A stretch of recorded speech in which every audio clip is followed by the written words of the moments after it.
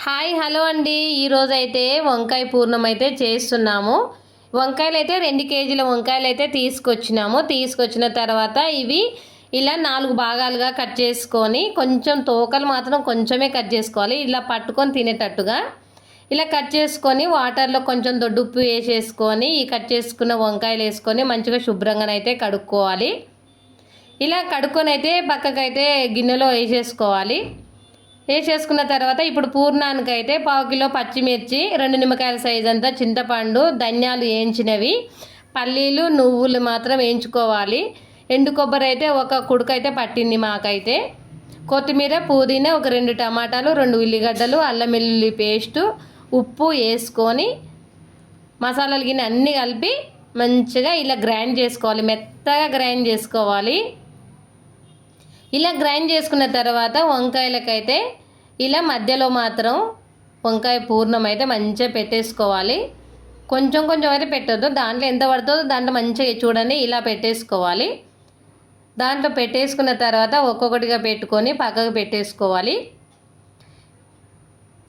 ఇలా ఒక్కొక్కటిగా అన్నీ పెట్టేసుకొని చూడండి మేము బేసన్లో ఎలా పెట్టేసి పక్కకు పెట్టుకున్నామో ఇలా పూర్ణం అయితే ఇలా పెట్టేసుకొని పక్కకు పెట్టుకున్న తర్వాత ఇప్పుడైతే స్టవ్ వెలిగించుకొని ఒక పెద్ద గిన్నె అయితే పెట్టేసుకున్నాము. ఇది మిగిలిపోయిన పూర్ణము తర్వాత ఎలా వాడుకోవాలో చూద్దాము. గిన్నెలో ఆయిల్ అయితే వేసేసుకొని ఇప్పుడు పోపు గింజలు అయితే వేసేసుకోవాలి. జీలకర్ర, ఆవాలు వేసుకున్న తర్వాత ఒక 2-3 ఎండుమిర్చి వేసేసుకున్నాము.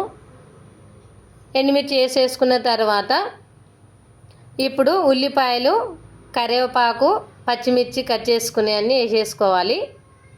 ఇవి మంచిగా వేగేటప్పుడే కొంచెం పసుపు అయితే ఒక స్పూన్ వేసేసుకోవాలి.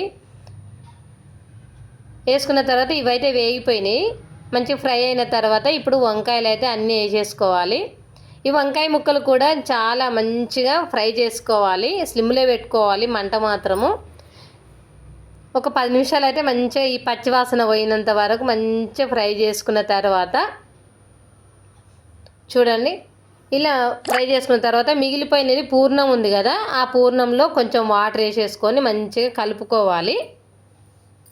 కలుపుకున్న తర్వాత ఇప్పుడు ఈ వంకాయలు అయితే వేసేసుకోవాలి. ఆ పూర్ణం మొత్తము వేసుకొని మంచిగా కలుపుకొని ఒక 10 నిమిషాలు అయితే స్లిమ్లో అయితే ఉడకనివ్వాలి. చూడండి ఇప్పుడు 10 నిమిషాల తర్వాత ఇలా అయింది కదా, ఇంకొక 10 నిమిషాలు అయితే ఉడకనివ్వాలి. స్లిమ్లోనే ఉడకనివ్వాలి, లేకపోతే మాడిపోతుంది కర్రీ మాత్రం.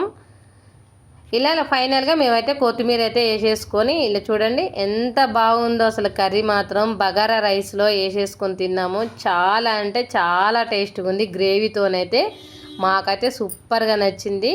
మేమైతే మంచిగా హ్యాపీగా అనిపించింది మా కర్రీ అయితే. మీకు నచ్చితే మాత్రం మీరు కూడా చేసుకోండి. Bye bye.